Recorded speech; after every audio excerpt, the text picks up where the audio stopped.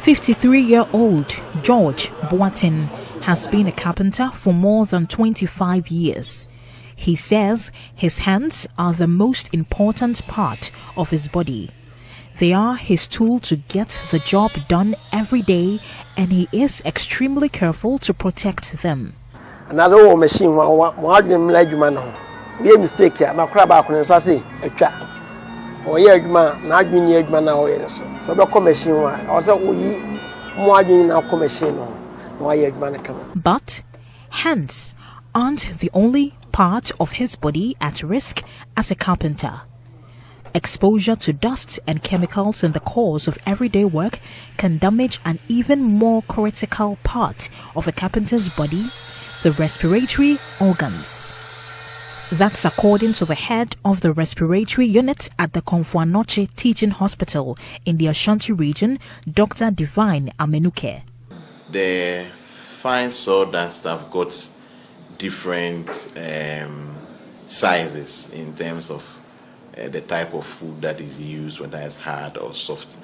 And with those ones, the relatively bigger ones tend to settle more in the mouth and nose area to the throat. Then we have other ones that go a bit deeper down into the upper part of the chest. And then you have the very fine, smallest particles that go deep down into the deep aspects of the smallest parts of the tubes that send air from your nostrils deep down into your lungs.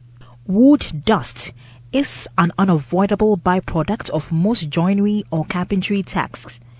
At George's workshop at Fumesa in the southern Ghanaian city of Kumasi, dust flies every time workers cut, drill, plane or sand a piece of timber. Workers and their bosses know the hazards. Wood dust was first labeled as a hazardous substance by the Control of Substances Hazardous to Health Act passed in 2002. The law required workers to protect themselves by wearing gears to cover their eyes, nose and mouth. But workers like George say the gear makes it hard to breathe. Though he has asthma that requires medication and regular trips to hospital, he's still not willing to wear the mask. So,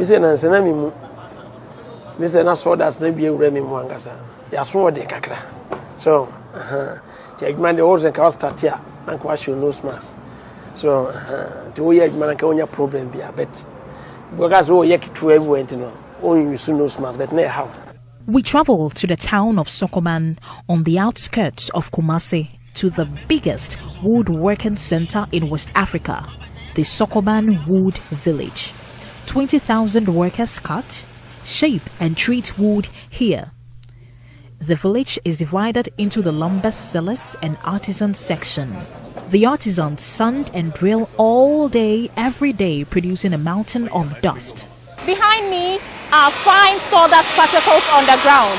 Fortunately, I am protected because I am wearing a mask.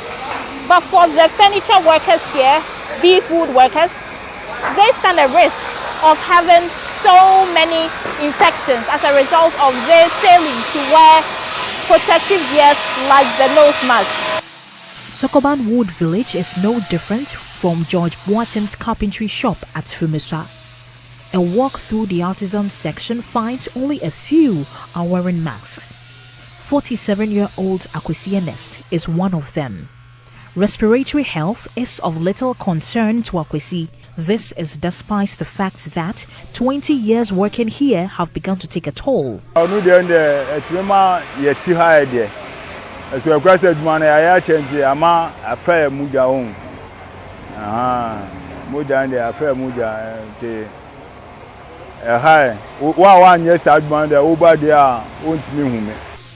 Akwesi is not the only one here experiencing the health impacts of inhaling wood dust. Kweku Amwa also works without any protective gear. He complains of eye irritations and headaches. Akwesi and Kweku don't visit health facilities but rely on over-the-counter drugs to treat their symptoms.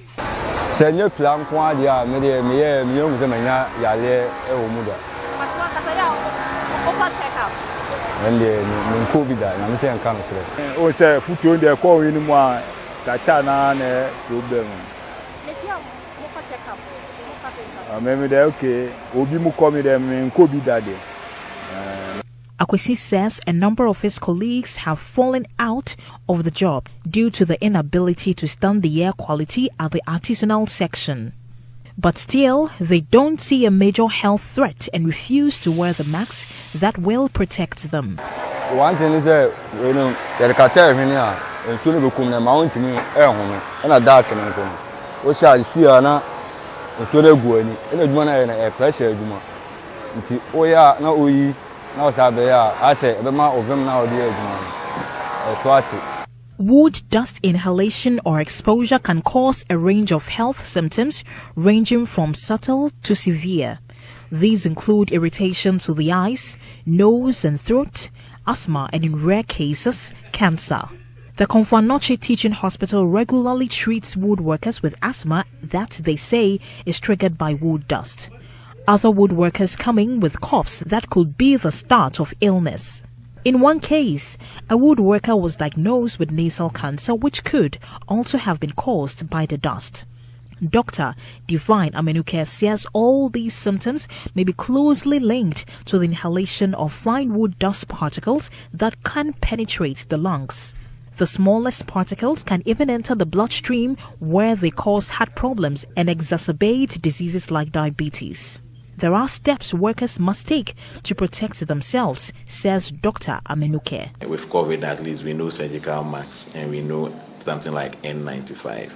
So the surgical mask's ability to filter is less compared to N95, which has smaller pores. So that would give you a higher level of protection in terms of the amount of the dust that goes into your system. There are other things that we call respirators or higher level of masks that have got extractors that are able to filter the air better for you. The wood processing industries are clear on what employers must do to minimize the risks associated with wood dust.